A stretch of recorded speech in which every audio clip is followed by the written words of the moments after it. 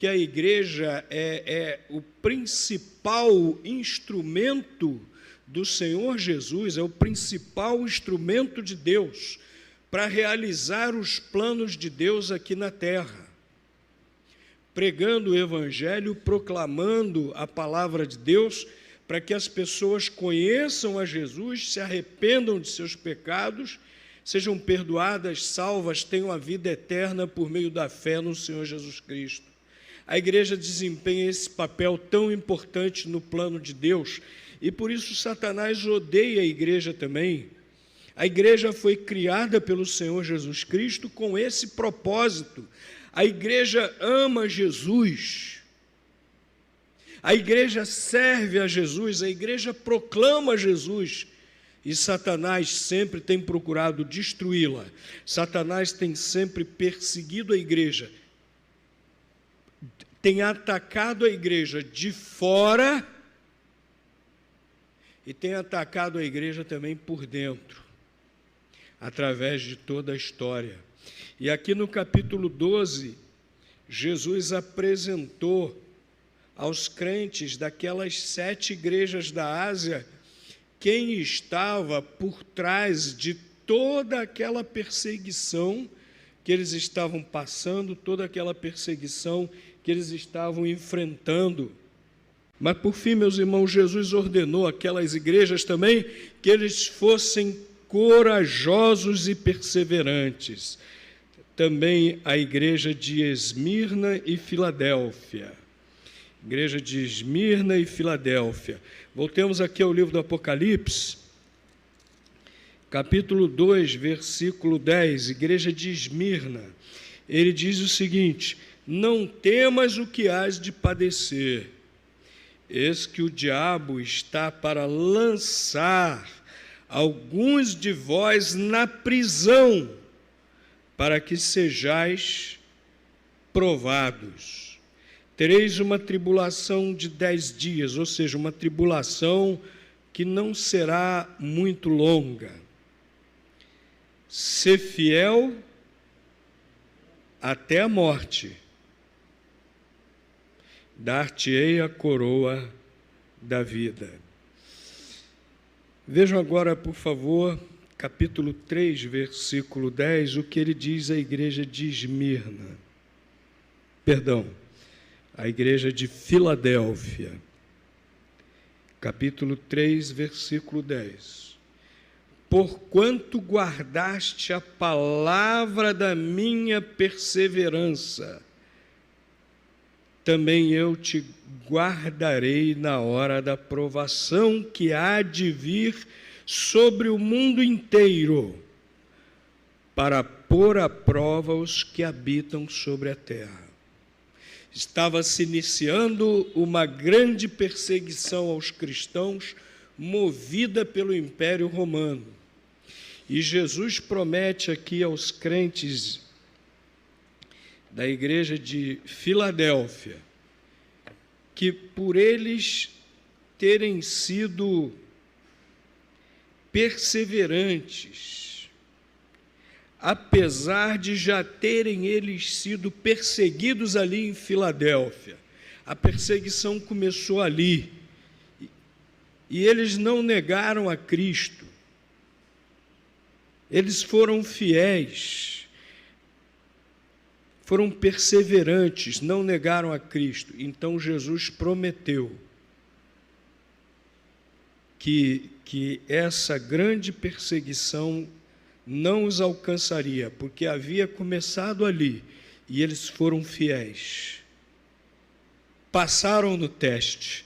Meus queridos, as provações, as dificuldades, os problemas vêm e revelam quem realmente é crente em Cristo e quem não é. Jesus permite para que isso seja revelado. Quando tudo vai bem, nós falamos: eu sou fiel a Jesus. Mas quando as coisas vão mal, quando nós somos perseguidos por causa do Evangelho, aí se revela quem realmente é crente em Cristo e quem não é. Quem realmente é crente em Cristo é fiel a Cristo, mesmo que tenha que dar a sua vida, ser fiel até a morte, ser fiel a ponto de morrer por Cristo, ser fiel a ponto de sacrificar a sua vida por Cristo. E aí você está provando que realmente você é um crente em Cristo e recebe a coroa da vida. Quando iniciou aquela grande perseguição, os cristãos eram levados diante das autoridades do Império Romano, e eles tinham a oportunidade de negar a Cristo e adorar o imperador, que o imperador estava exigindo que o adorassem como Deus, e os cristãos então tinham aquela oportunidade, podiam adorar o imperador, mas os verdadeiros crentes em Cristo se negavam a isso e diziam: só Cristo é Senhor, só Cristo é Senhor. Então eram presos, eram desterrados, eram jogados na neve onde tinha clima frio, sem agasalho, eram jogados em masmorras para definharem e morrerem. O imperador Domiciano cometeu atrocidades terríveis contra os cristãos. E hoje ainda é assim, através da história tem sido assim. Nos países muçulmanos é assim.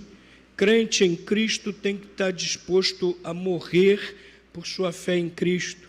Nos países comunistas, na antiga União Soviética, os batismos eram realizados alta madrugada, florestas, rios em florestas, em segredo, e aí era feita a única pergunta na profissão de fé, aquele crente que ia ser batizado: você está pronto a morrer por Cristo? A única pergunta que era feita a ele, porque o regime comunista perseguia e muitas vezes até matava os cristãos. Hoje, na Coreia do Norte, os cristãos são duramente perseguidos, torturados e mortos. Na China comunista também é assim, a perseguição recrudesceu. No ano passado, proibiram novamente as Bíblias. Foi proibido que os evangélicos realizem batismos. Aquelas igrejas cristãs que querem seguir somente a Bíblia estão sendo perseguidas. Ah, quanta perseguição é feita aos cristãos. Aqui em nosso país houve um ensaio agora durante a pandemia. As igrejas foram proibidas de funcionar.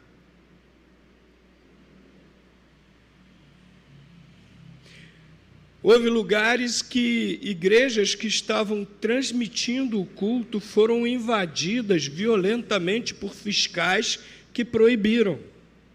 Ensaio de perseguição já.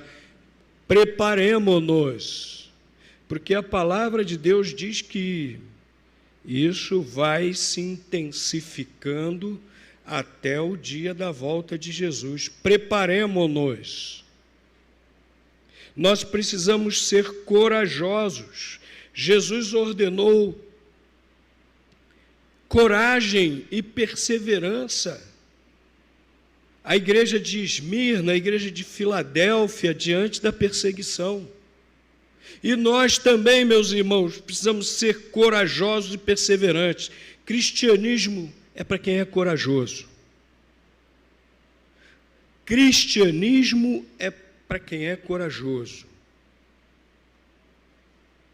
porque está disposto a pagar o preço, porque está disposto a sofrer, se necessário for, por Cristo. Ah, meus queridos, e infelizmente, Nós temos vivido nos dias de hoje um cristianismo Nutella, crentes medrosos, muitos crentes que têm medo. Nós temos que estar dispostos a pagar o preço pela nossa fé em Cristo. O mundo precisa de nós, o mundo precisa do Evangelho, o mundo precisa da luz de Cristo, o mundo precisa dessa instituição chamada Igreja, que o Senhor Jesus fundou. Nós sabemos quem está por trás de tudo isso, nós sabemos o objetivo dele. Ele não quer as igrejas no mundo, ele não quer essa agência do reino de Deus proclamando o Evangelho. E nós não podemos nos curvar a isso. Preciso coragem, preciso perseverança, preciso determinação, seja lá o que for necessário que nós passemos, atravessemos por causa da nossa fé no Senhor Jesus Cristo. Precisamos ser corajosos e perseverantes. Minha esperança está